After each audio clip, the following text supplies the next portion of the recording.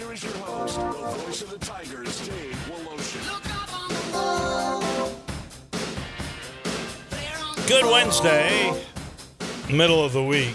So many things to talk about, but obviously the story of this morning, not just in Memphis, but in the entire world of basketball. He was the logo.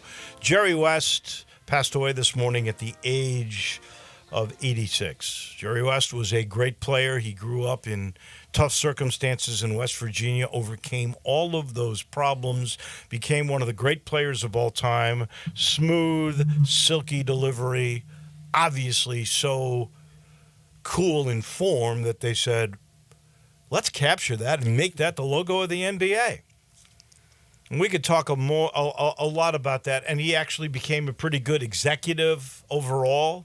He was, if we're being totally honest, he was a guy that was combative. Dr. Jekyll, Mr. Hyde. One moment you would say he was the nicest dude in the world, and he could be. And the other moment he would be flying off the handle. He was ultra competitive, whether it was on a basketball floor, in a boardroom, or on a golf course. Which, by the way, he was a terrific golfer. He took everything very seriously and made it very competitive. That's the kind of personality that he was. For the Grizzlies, he was the architect of 3 playoff teams. That's important because he really was instrumental in making the Grizzlies a part of the Memphis sports DNA. He was not a great drafter, but he was pretty shrewd. He took his first draft pick was Drew Gooden, if I recall correctly, and realized, I made a major mistake, and he traded him for Mike Miller. Now, that's a pretty good deal. That's a real good deal. So he could be shrewd. I think, especially later in the time here, that I don't think he worked it as hard as he could have. Personally, he was the logo, and he was just here, and he could bask in his glory and make a bunch of money and go to Europe and buy wine while scouting.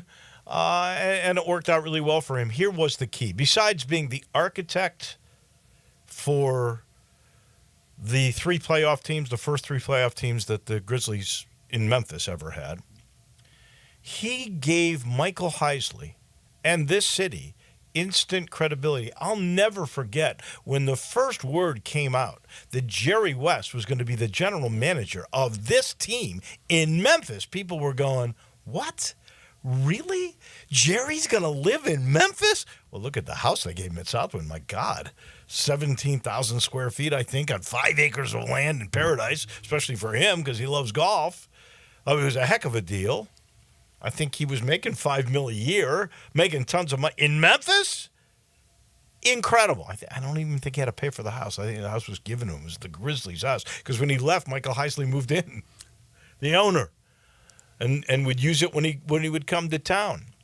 But seriously, Memphis with a little chip on their shoulder over all these years felt like, man, we're accepted in the major leagues because Jerry West came to live with us. Now, I don't know how you felt after the HBO Showtime thing where it portrayed him in a very poor light. But, and there was some of that with Jerry West, but that's a caricature. That's not really and truly the way Jerry was. And Jerry really, if you think about where he came from and what he achieved in his lifetime, and even after here with the Golden State Warriors being a part of that executive team that put together a really nice run with Curry and Klay Thompson and Draymond Green, you just have to tip your cap and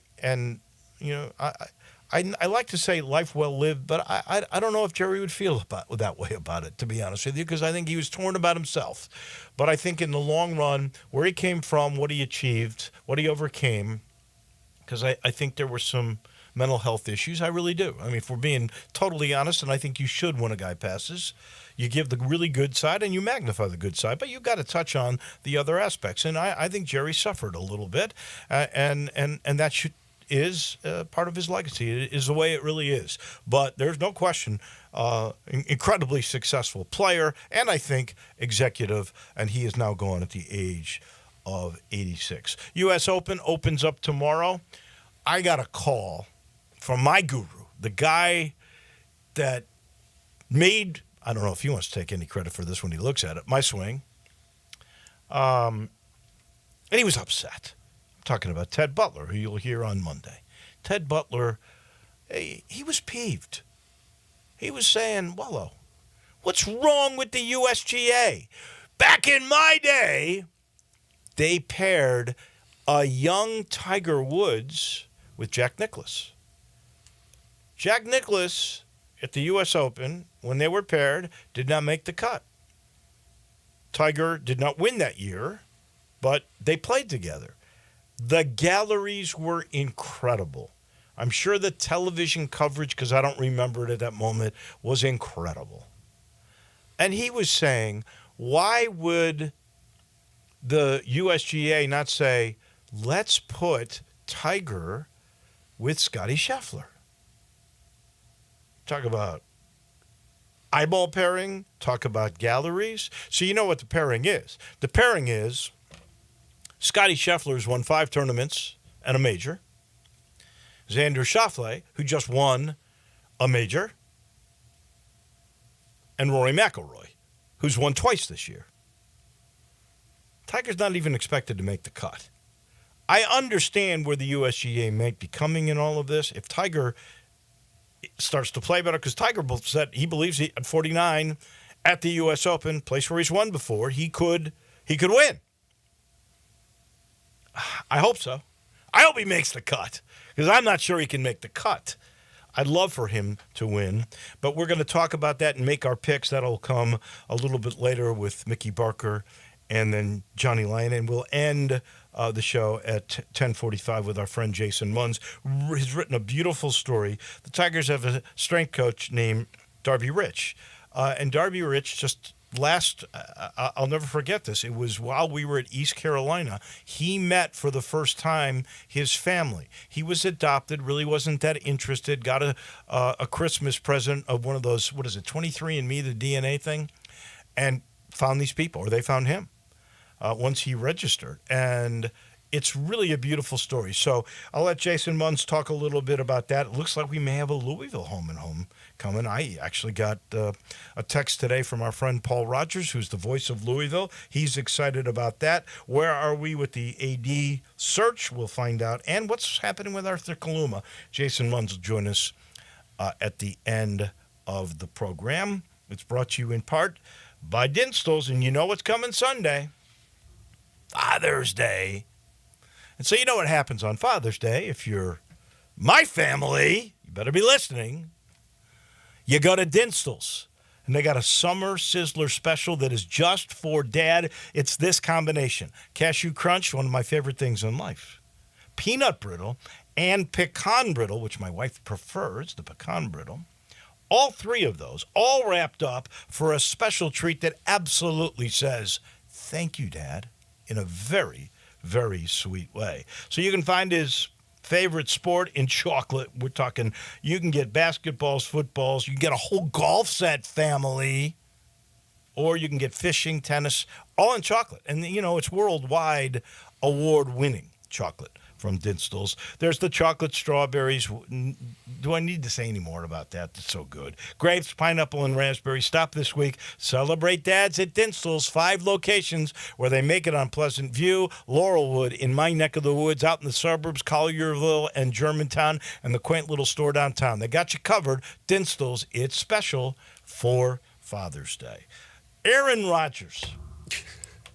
A no-show at mandatory minicamp, a 2-day minicamp. What did he tell the coach, who said it was inexcusable? He was supposed to be there. He told the coach he had a prior commitment. Really? You're making all that money. You took 3 snaps last year. You're 40 years old. You're supposed to be the leader of this team, and you can't give up 2 days of your summer to be with your team, especially after last year. This is a guy who's made more news way more news off the field the last 2 years than on the field, and here he is doing it again. Maybe he went to his 48 hours of darkness to comprehend. I don't know. But it's inexcusable to me. No way you can be a leader and not show up at a mandatory camp that everybody else is going to except for one other defensive lineman who's got a contractual dispute. I can kind of understand that. There's no way to understand what Aaron Rodgers is doing, or thinking for that matter, unless our guru, Dennis Philippi, has the answer to all of that. What is it about Packers quarterbacks that they have to destroy their legacy on the way out the door? He and Favre both made we love Bart Starr didn't. Give Bart Starr credit. Okay, I'll grandfather Bart Starr in. But those two, they were guys that we loved them when they were Packers, when they were at the height of their powers, but they had to figure out a way to make us absolutely hate them by the end of their careers. And who knows what Aaron Rodgers is doing? What kind of toad-licking mud bath he's off doing, because he's been a kook for the last couple of years, and that that we don't know what he's doing. And I heard that he told the coach it was a personal matter, and of course the coach said that it was prior commitment, but unexcused. That was the word that Salah kept using. It's an unexcused absence. And they're going to fine him. He doesn't care. He was supposed to be bringing mature leadership to this team, and he's the most immature guy in the NFL. Anybody who cannot get along with anybody in his family makes you wonder. And it seems like he can't get along with people like after 6-7 months, like partnerships seem to go away too. Well, and he hasn't even had the chance for the New York media to harm him. They haven't been able to lay a glove on him because he hasn't played. Right. He played 3 snaps and then he watched He was paid millions of dollars to watch football from a really, really good seat. But he hasn't even had to deal with the heat of the New York media, and still he's. Well, you may get heat on this. I haven't really seen anybody that said, "Oh, he's 40, knows everything. It's okay." I haven't seen that story. No, everybody is reacting pretty negatively to it. Well, where did you grow up? I'm Chicago. Because I have an inside hate for him because he owned the Bears. His record against the Bears is literally like 35-3. It's just like crazy. You know, I was just noticing that you say Louisville. It's Louisville. We pronounce it Louisville. Well, you might. And don't give me this. Where are you from? Because you are not a native Memphian. I have been in Memphis my entire adult life, and I grew up in North Carolina. Yeah, but you really didn't become an adult until you were 40. So come on. I've been in Memphis. I've been in Memphis since I was barely 21 years old. I consider myself a Memphian. I don't consider myself a Charlottean, which is where I grew up. Ha! I didn't know it was Charlatan. Yeah. People from Charlotte are Charlotteans, just like people from Memphis are Memphians. And Chicagoans. Same thing. Okay, so my favorite line of the week, Tim Legler. I love Tim Legler. He said that Kyrie Irving needs to stop overthinking things. Kyrie Irving can be accused of a lot of things, accurately a lot of things, but overthinking. Yeah, flat earther, right? Right, flat earther and anti-vaxxer and all.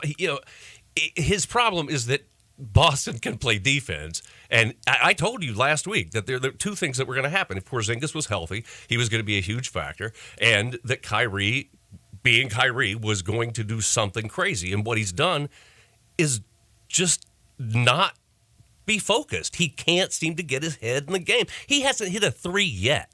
In the first 2 games, Kyrie has not hit one single 3. And I don't know what's going on with Porzingis. You know, they keep calling it they keep calling it a rare injury. I can't pronounce it. I've seen it. I can't pronounce it. I wrote it down so that we would certainly have this.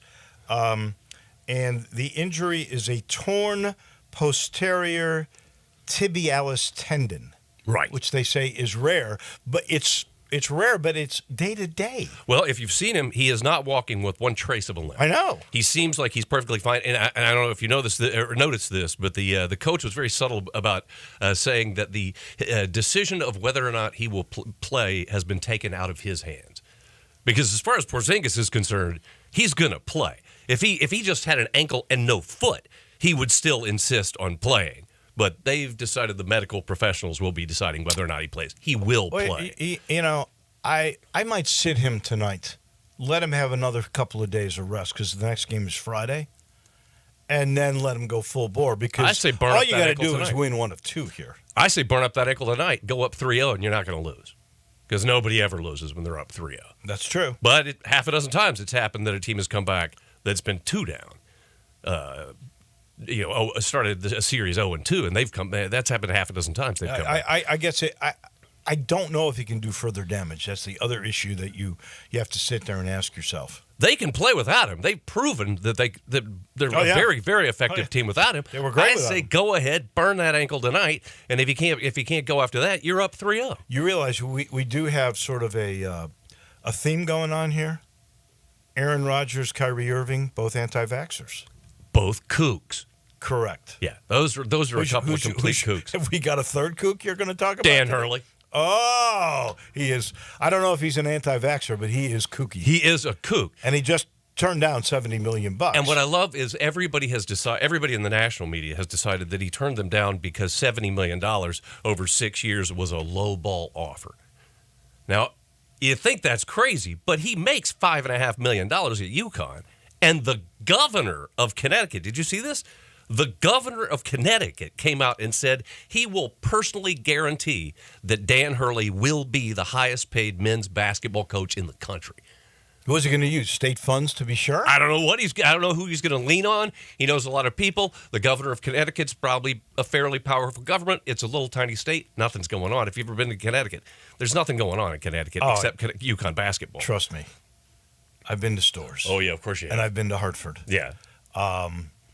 And there's not a lot I don't there. miss anything about that road trip. Not one little bit. But UConn basketball, men's and women's, dominates the state. Yeah, it's still $11.7 million that he turned down per year to make $5.5 million. So he's missing out on over $2 million a year. I mean, Dan Hurley knows that he couldn't be Dan Hurley coaching in the NBA because he'd get attacked the first 45 seconds of every game. I think it's more, honestly, that he can win a third one right, here. Of course. And that hasn't been done since Wooden 50 years ago. I'd go for that. There is still a chance that you'll be in the NBA at some point. I'm sure he will be. If you want to be. And that team that has LeBron, who will be 40. Exactly. It has Anthony Davis, the one legit superstar. The next best player on that team is Austin Reeves. How many teams would Austin Reeves start for in the NBA? Not many. And I love Austin Reeves, who's, from 50 miles from here that nobody knew about. Love the kid. He's a terrific player, but if he's your third best player, you're not a good team. The Lakers are a mess. And why would you go there to fail when you, at the very least, are certainly going to go deep into the tournament with UConn, and you could go for the three-peat. And plus, he's a lunatic. And I think he's happy in his world instead of trying to succeed on an NBA bench where refs are going to at least try to rein him in and remind him that that's not how a coach is supposed to behave in the NBA. I don't remember the last really bombastic lunatic. Doug Moe. Doug Moe was a kook. He was a heck of a dresser, but Doug Moe, he was a kook. I think Danny's the kook here. I've told the story many times. I don't know if I told it with you. First year at Connecticut I can't remember if we were in Hartford or Stores. I want to say we were in Stores and in Gamble Arena. And it's a timeout. It's midway through the first half. Memphis has made a nice run. They're up like 9-12, somewhere in there. Certainly not game over. And he walked out, called the timeout in his animated way, and he walked to center circle where the Husky is. He got down on his hands and knees. I'm not making this up. And he started pounding the label.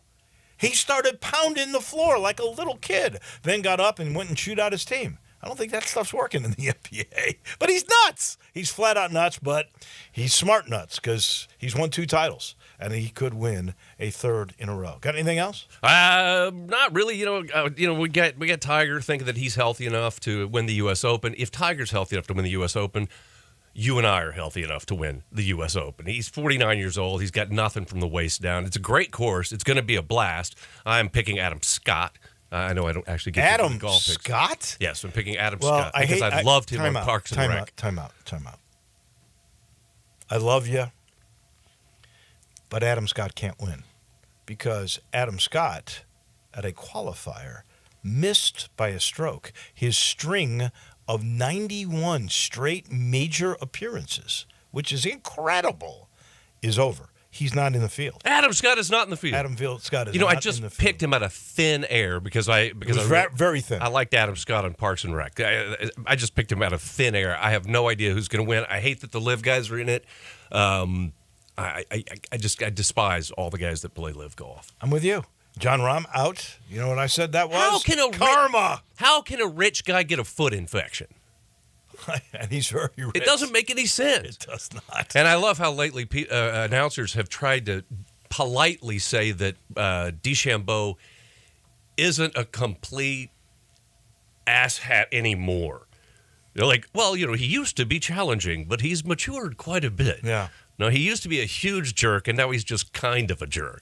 I think that's probably the right way to say it. He's learned from another guy who could be that way, and that would be Phil Mickelson, who everybody either loves or hates. Oh, I used to ride Mickelson relentlessly until he finally actually started winning. Yeah, and he did win. He won quite a bit, but he will not win in this major, I can tell you that. No, I have no idea who's going to win. Scotty Scheffler is everybody's pick, I would have to think. Well, why not? He's won everything else. You realize he has averaged $3 million every time he's teed up in a tournament this year. Nice. $24 million, 8 tournaments, 5 wins. That's pretty amazing. Meanwhile, Tiger, 3 tournaments, hasn't cracked the top 50 in any of the 3 tournaments. I just wanted to make the cut. And if he says he's healthy enough to do it, if there's anybody 49 years old that could do it, it would be one Eldrick Tiger Woods. So, quick little tidbit here. Adam Scott is in the field for this week. What happened? How did he get in? First alternate. Is that right? He got in as a first alternate? The string is alive? Thank you very much. That must have just happened. Adam Scott. That had to happen today. I don't know if it happened today, but he is in the field. Because there was a big note about it that he just missed at the qualifier. I think the qualifier might have been at Pinehurst.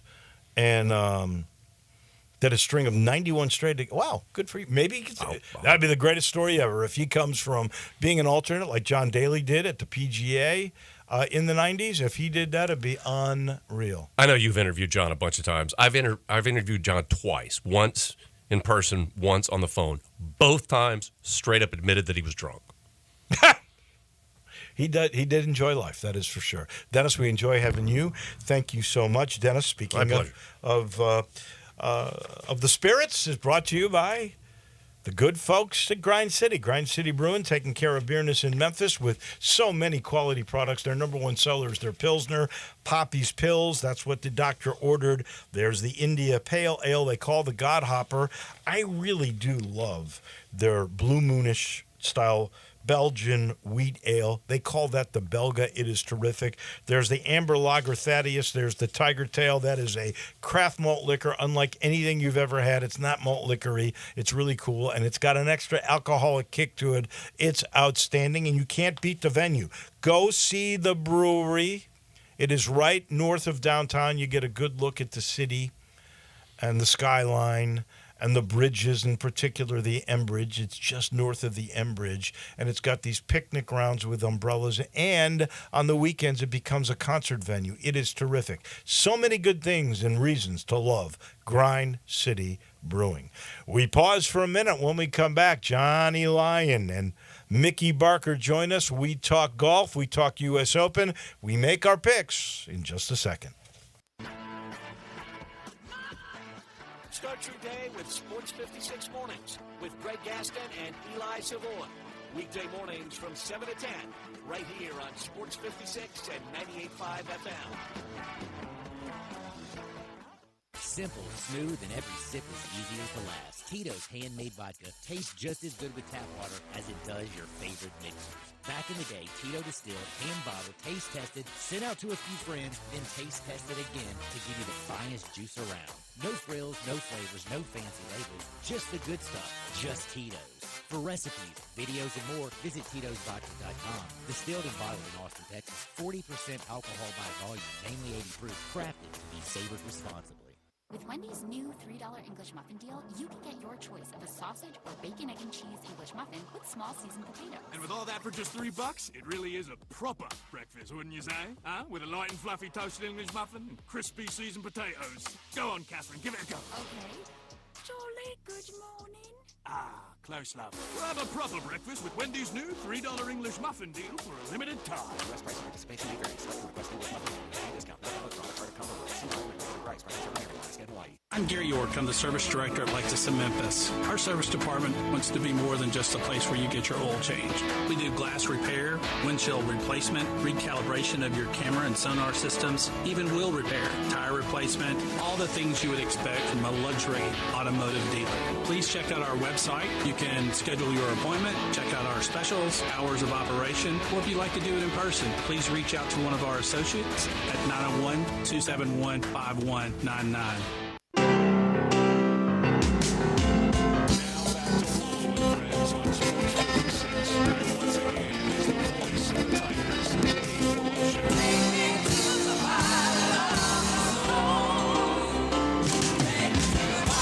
Oh, yeah, we're going to talk some U.S. Open. It's all brought to you by Memphis Public Links. We got the OP9.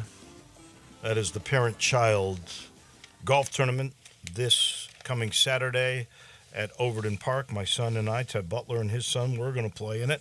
I've heard of a lot of big names playing. It's really going to be terrific. There's always something great going on. You got the OPO, that'll be in July. You got the Memphis Mid-Amateur in July.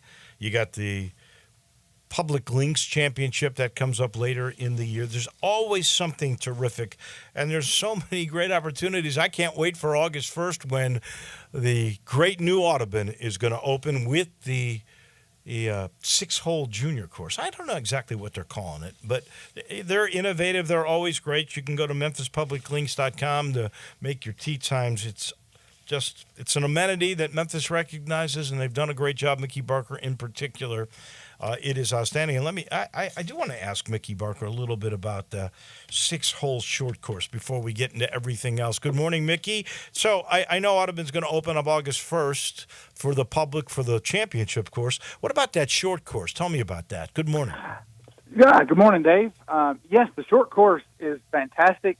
It is ready to go now. We're just waiting on getting our temporary parking lot completed and the temporary trailer up and going. But the short course, or the little course at Cherry Road, which is what we have named it, which seems awesome. When you get out and play it, the longest hole is about 80 yards.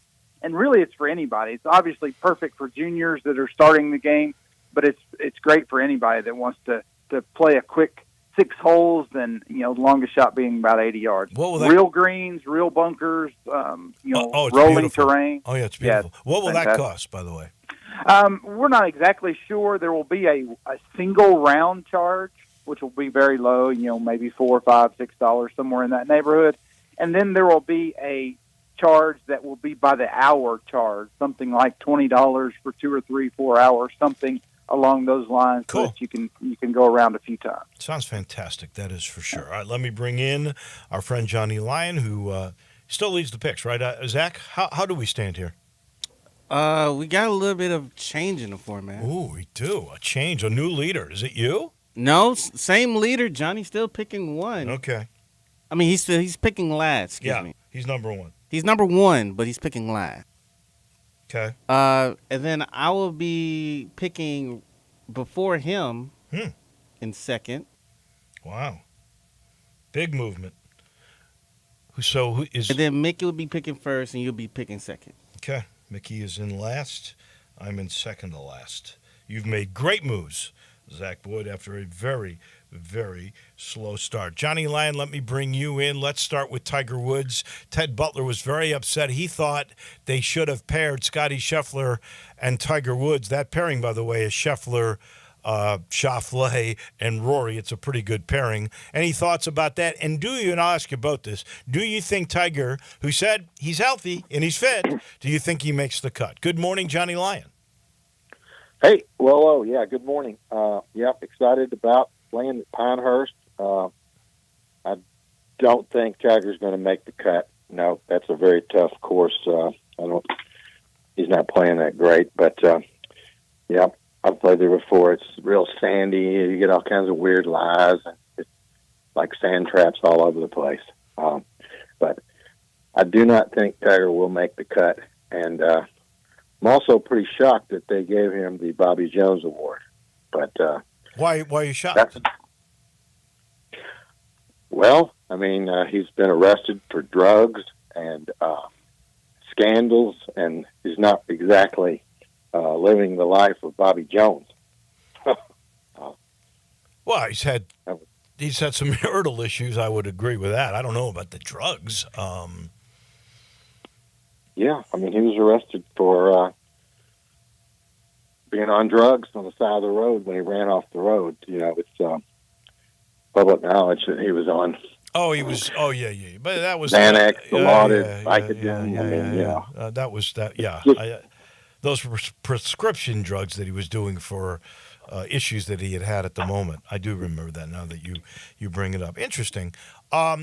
Mickey, would you have paired him with Scotty just for the nostalgia of that? They did that with Tiger when he was very young with Jack Nicklaus, who did not make the cut, by the way, at the U.S. Open that year. The USGA did it then. They did not do it this time. I think it would have been interesting. Yeah, I think I would have done that probably. Could be the last time Tiger plays in the U.S. Open. I kind of doubt it. But it may be a couple more years before they pair those guys together.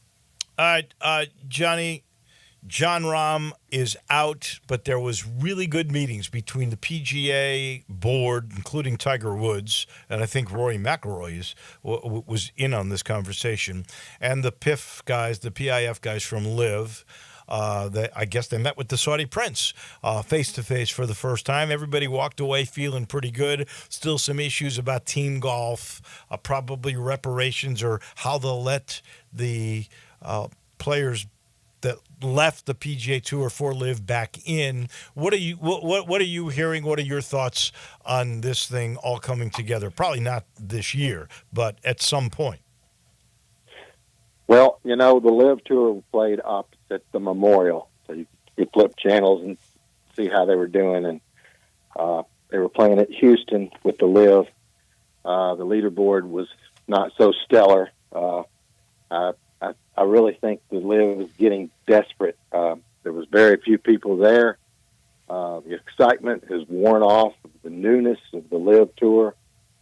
They definitely need to make a deal and get those guys together. Nikki, any thoughts? I assume that there will be a deal soon. I think it'll probably be a regular PGA Tour season, and then maybe have a LIV season in the off season. You know, the fall now once football starts. That looks like the viable option to me. Being a traditionalist with the PGA, I'd rather it didn't happen, but we'll see. Do you see guys like Rahm, like DeChambeau, Cam Smith? Do you see guys like that being welcomed back into the regular tour without having to pay some sort of a price? I think now that they have paid, they've given when they got the investors that came in, and they gave Tiger $100 million and Spieth and those guys $30 million. I think once that happened, I think they will be more easily let back in. All right. We shall see. Johnny Lyon, how tough would you like to see this week at Pinehurst? It's the old Donald Ross Pinehurst number 2 was built in 1907. Long, because it's only a par 70, and it's 7,548 yards. They got those turtleback greens that he was famous for. It used to be bent grass. Now it's hybrid Bermuda. First time they've used it, which means it's harder to get to a pin. How hard would you like to see it? Last time they played it, when Martin Keimer was a winner, 3 players were under par. The average was 73 point something, very, very small. Do you think they should make it tougher, or should they make it easier where the winner is 8 or 9 under? Of course, I like to see it as tough as possible. Me too. I like to see them. I want to see the players stressed out. I want to see them confused. The kind of the same feeling that we have when we play golf. Really? Okay. Mm-hmm. But I played the course when I played it 20 years ago. It's not the same course. It's much longer, and 4 or 5 times I thought for sure I was putting for birdie and went up to the green. And it had bounced over the green, and it was in a terrible place that nobody in the world could get up and down. Because when you get in the thick grass on the side of the hill over the green, there's no place to land the ball. It's going to hit and bounce back over the other side. So a lot like the old par 3 at T.O. Fuller. Right. I love that hole. I used to call that the volcano hole.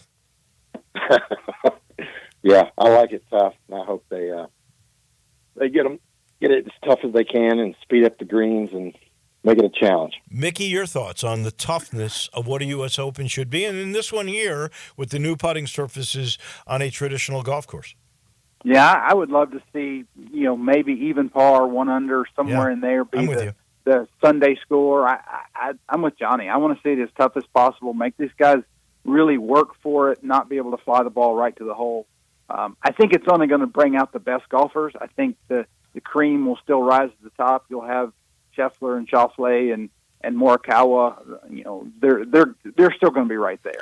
U.S. Open courses are built for certain types of players. Hale Irwin, I think he won at least 2, maybe 3. Andy North has only 2 wins were U.S. Opens. Curtis Strange won 2 U.S. Opens. Is there a guy out there that you think is built for U.S. Opens? And, everybody's odds-on favorite's going to be Scotty Scheffler. I think these are the best betting odds since Tiger in his heyday for a guy to win a U.S. Open. He's never won a U.S. Open. His only 2 majors have been at Augusta. Is he built for it? Or and to both of you, we start with Mickey here.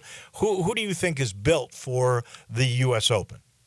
He absolutely is. He drives it really straight. He drives it really long, and he's the best ball striker, which means his iron shots are going to be hole high more often than not. He's the most disciplined guy on tour, meaning he can hit it 30 feet right of the hole if he needs to, and just take his medicine. So he's 100% built for it. He should have won. Was the Country Club when Matt Fitzpatrick won? Yeah, he should have won. If he'd have putted at all, he would have won by 5 or 6 shots there. So if he putts decently, I think he may win by a few. Johnny? I think, Denny McCarthy, good chipper and putter. Xander, got to be a favorite. Guy can spin the ball and put it where he wants it. Tagala is a great, up and downer. And then you got a few amateurs in there, I think, that have a chance. I would say Thigala, the one thing I wonder about, when the pressure starts to mount, will he be able to handle it? Because he's not won yet. That'll be interesting. We better make our picks. Mickey, I should just write down Scotty Scheffler, correct? 100%. Absolutely, Scotty Scheffler. I'm going to go with Xander. Brandel Champley has been touting him most of this year about his analytics with him and that he is due to make a long run. Well, he won the last major. So I'm going to go with Xander Schauffele. Zach, in a weird position, not picking first. No, not. And so we're going to kick it off with my list with Colin Morikawa. Okay. No shocker. That means Johnny, who you like? Okay, yeah. Well, I took Colin last week, and he had several chances to overtake Scotty, and Scotty gave him so many opportunities. He'd have gotten up and down for birdie on 15. I think it would have been a different finish. But I'm going to go with Aberg. Oh, no. Really? I did not see that coming. All right. It's actually Oberg, by the way, is how he pronounces it, but it is spelled Aberg. All right. I thought for sure I would get him with my second pick. Son of a gun. Mickey, who do you like next? Well, this is tough. I've been picking McIlroy lately, and he has done me no good whatsoever. I worry about him. I'm going to go outside of my norm and pick DeChambeau. Oh, my gosh. I can't believe that. That would have been my pick, as much as I hate to go with livers. I'm going to go with Rory. You're giving me Rory. How can I not go there? Zach? Victor Hovland. All right. Johnny? I'm going to go with my man, Denny McCarthy. Oh, my gosh. Love it. Chip. McCarthy. Big thing about that Pinehurst. Okay, you're right. Back to you, Mickey. Last pick. Well, that leaves Brooks Koepka, another live guy. Well, I hate to do it, but well, you're 2 of your 3. That is blasphemy. It is, yes.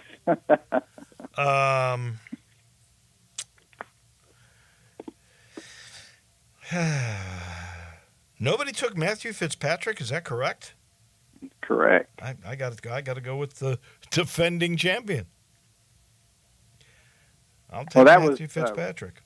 Wyndham Clark's the defending champion. That's right, 2 years ago. Yeah. Thank you. Nobody's taking Wyndham Clark either. Well, I'll take Wyndham Clark. All right. You got him. Last pick of the group. Okay, well, I took Wyndham Clark last week, and he double bogeyed the last hole on Friday to miss the cut by 1. So he ought to do better this week. But I'm going to take a very long shot and go for a guy named Neil Shipley. Neil Shipley? Yep. Is that the amateur? It is. He is. The long-hair guy? Who does he play for? He plays for Ohio State, right? Yes. Wow. Yep. I'm taking you to dinner if he wins. I'm taking you to dinner. First of all, I love the guy. I do. Yeah. I love the guy. Yeah, I like the guy. He's fun to watch. He is. All right. We got it. Mickey's got Scotty Scheffler, Bryson DeChambeau, and Brooks Koepka. He's a liver to this week. Oh, my God. I've got Xander, Rory, and Matthew Fitzpatrick. Zach's got Morikawa, Victor Hovland, Wyndham Clark. Johnny's got Ludwig Oberg, which I'm really pulling for this kid because I think he's going to be a great. Denny McCarthy and the amateur Neil Shipley. Wow, a pick from nowhere. Thank you, gentlemen. We appreciate you. We will we'll talk with you next Wednesday. Thanks, Dave. See you later. later. Got it. Thank you, Wolo. You got it, Johnny. Those are our guys. You got to take a quick break. Back in just a minute. We talk Tigers. That means Jason Munz is right around the corner. We are real sports talk. Sports 56 WHBQ. Available on your radio dial at 560 AM and 98.5 FM, as well as around the world online at sports56whbq.com. Take us with you everywhere by downloading the Sports 56 app. And at home, just say, Alexa, play Sports 56. Wherever you are, stay tuned in to real sports talk. Sports 56 and 98.5 FM. Hi, folks. The Chevy Sheriff in Collierville with good news for car and truck buyers. Sunrise Chevy has over 500 Chevys available with 9 models that get 30 miles per gallon. GM rebates up to $5,000, and Sunrise discounts high as $10,000. Bad credit? It's okay. You're approved at Sunrise. Immediate financing, top trading, and a $3 million used car inventory specializing in cars and trucks under $20,000. Remember, you can bring your Chevy to Sunrise for service no matter where you bought it. There's always a sale at the Sunrise Chevy Ranch, 385 in Houston Levy. Together, let's drive. Every business faces challenges, but complicated, expensive, and uncertain shipping shouldn't be one of them. With USPS Ground Advantage from the United States Postal Service, you can avoid all the noise.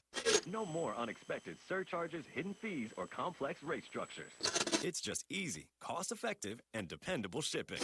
Tune your business's frequency to success and turn shipping to your advantage. Learn how at USPS.com/advantage. USPS Ground Advantage. Simple, affordable, reliable.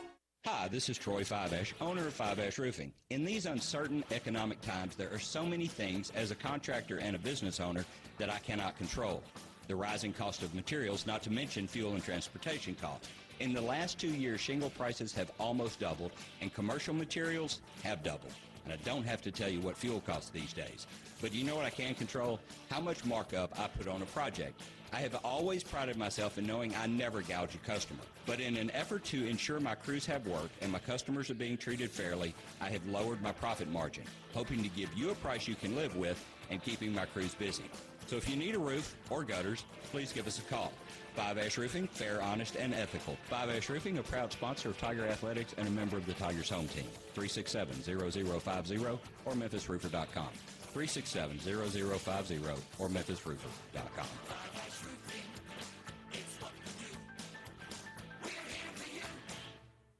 Sometimes we're so focused on telling you all the great things about Sunrise on Jefferson and Sunrise on Poplar other than breakfast, we forget to remind you that the thing Sunrise does best is breakfast. Breakfast sandwiches on the signature house-made square biscuits, like the usual with bacon, egg, and cheddar, the rooster with fried chicken, house-made pickles, and Tabasco honey, or the plates of French toast or avocado toast, with a huge variety of bowls only available at Sunrise. There's simply no better place for breakfast in Memphis. Well, actually two. There are two better places.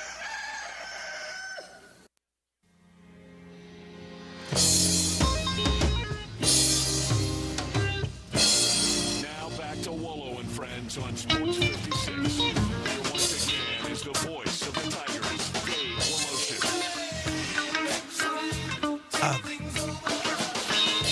Rumors of a home and home with Louisville. Whispers are out there. Jason Munz is about to fill us in on all of that. And I want to start, though, with a really good story that he wrote about today. I first learned about it when Tiger strength coach Darby Rich met his family for the first time against East Carolina in Greenville, North Carolina, when we were visiting there last year. Jason, I'm going to let you take the story from there. Good morning. Thank you, Wolo. Very good morning to you. No, it's just like, in the spirit of Father's Day, we got Father's Day coming up. I thought this would be, when I first heard about it, when I was down there on the court with you after the game and kind of getting the elevator pitch on what was going on there with Darby and his, sort of his newfound biological family. I thought, I'll hang on to this. I'll work on it and it'll be a good tie-in with Father's Day. But yeah, so Darby was adopted pretty much at birth and never knew his biological mother or father. Still doesn't know his biological mother. Never knew his biological father because he passed away in 2021. But basically, a couple of years ago, his wife bought the two of them. She bought 23andMe, like DNA testing, ancestry, genealogical, stuff, tests for the both of them. And they took them. They found, Darby, of course, again, he didn't know his biological parents, so he didn't know where, what his lineage was, his heritage, and so he was kind of curious about it. He took the test, found out where he came from, and was just like, oh, okay, cool. And then fast forward about 6 months, and he gets a message from a guy who says he's Darby's half-brother, and that he's got two other half-brothers. And then it kind of went from there. They've connected, and they met face-to-face for the first time the day before Memphis played at East Carolina up in Greenville, because that part of his family is from that part of the country, and so it all made sense to do it right there. And it's just a really cool story. I talked to all three of his half brothers, and I talked to his wife, and I talked to him, and you know, it's a really, really neat story. I'll tell you what else made it cool was the pictures Oh, yeah. of his father. Right. Because there ain't no doubt that is his dad. Yeah. It's uncanny. Yeah, you know, he played football at North Carolina, the University of North did, Carolina. He was actually a fullback, you know, like scored touchdowns and all kinds of stuff, according to my research. And I reached out to the university, and they sent me a headshot of his. And I reached out to Alabama. Of course, Darby played basketball at Alabama. They sent me a headshot of his. I put them side by side, and it's pretty uncanny. That was a real cool thing, by the way you did that. I appreciate it, but I talked to one of the brothers, you know, kind of leading up to this before I ever saw either one of those photos, and they said that they showed Darby's photo to their mother, who obviously isn't blood related to Darby, but they had been married to Darby's biological father, and they said when the first thing they said when they looked at the photo, it was like looking at a ghost.